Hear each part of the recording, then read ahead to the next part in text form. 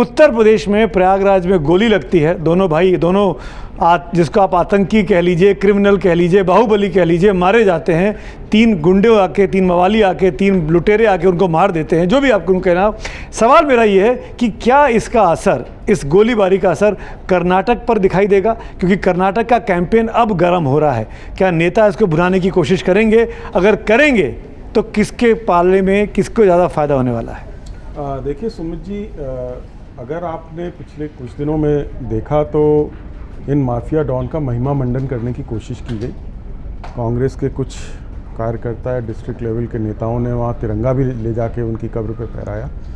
तो वहाँ से आपको एक रास्ता नज़र आता है कि विपक्ष या कांग्रेस किस तरफ जा रहे हैं। और वो इमरान प्रतापगढ़ी जो पहले भी बहुत ऐसे वक्तव्य दे चुके हैं, कम्युनल वक्तव्य दे चुके हैं, तो वो उनके स्टार कैंपेनर कर्नाटक में हो रहे हैं। और उसके एवज में अगर कोई कहता है योगी जी स्टार कैंपेनर हो रहे हैं बीजेपी के, योगी जी शुरू से ही कर्नाटक में थे।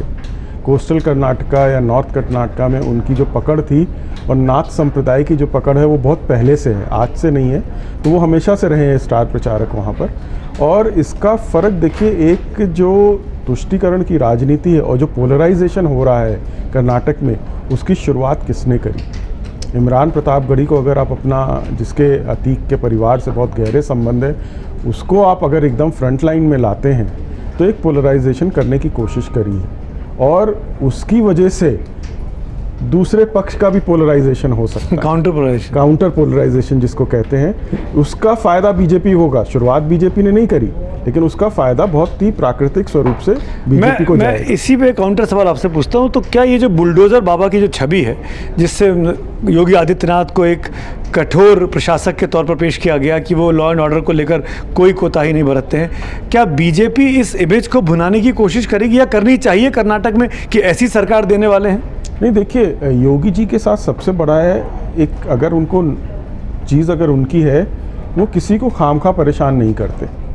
अगर दंगाई है तो उसके खिलाफ करेंगे पूरा काम, या कोई गुंडागर्दी या माफिया है तो वो लॉ एंड ऑर्डर के ही विषय पे उन्होंने बोला था कि जो अखिलेश की सरकार में जो गुंडा राज था उसको समूल तरीके से नाश करने के लिए, नष्ट करने के लिए वो आए थे और उस बात पे टिके हुए हैं। और रही बुलडोज़र चलाने की बात, ज़्यादातर इनफैक्ट किसी भी केस में किसी भी हाई कोर्ट ने ये नहीं बोला है कि गलत कार्रवाई हुई है अभी तक। और उस पर उन्होंने यही कहा है कि वो सारे गैरकानूनी तरीके से बने थे, अवैध ज़मीन पे बने थे, गलत तरीके से मकान बने थे और ज़्यादातर उन पर ऑलरेडी कार्रवाई हो चुकी है।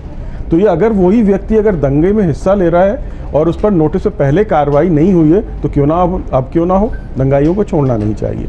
और ये 2019 से पहले ही योगी जी वहाँ पे, मैंने बोला ना कर्नाटक में बहुत पॉपुलर थे, बहुत कैंपेनिंग भी करी थी। तो ये इमेज उनकी पहले से, हाँ ये इसको कह सकते हैं, ये जो अभी जो बुलडोज़र का उनके ऊपर जो आ गया, सोने पे सुहागा हो सकता है। मन से उजाला कर चले, मन से उजाला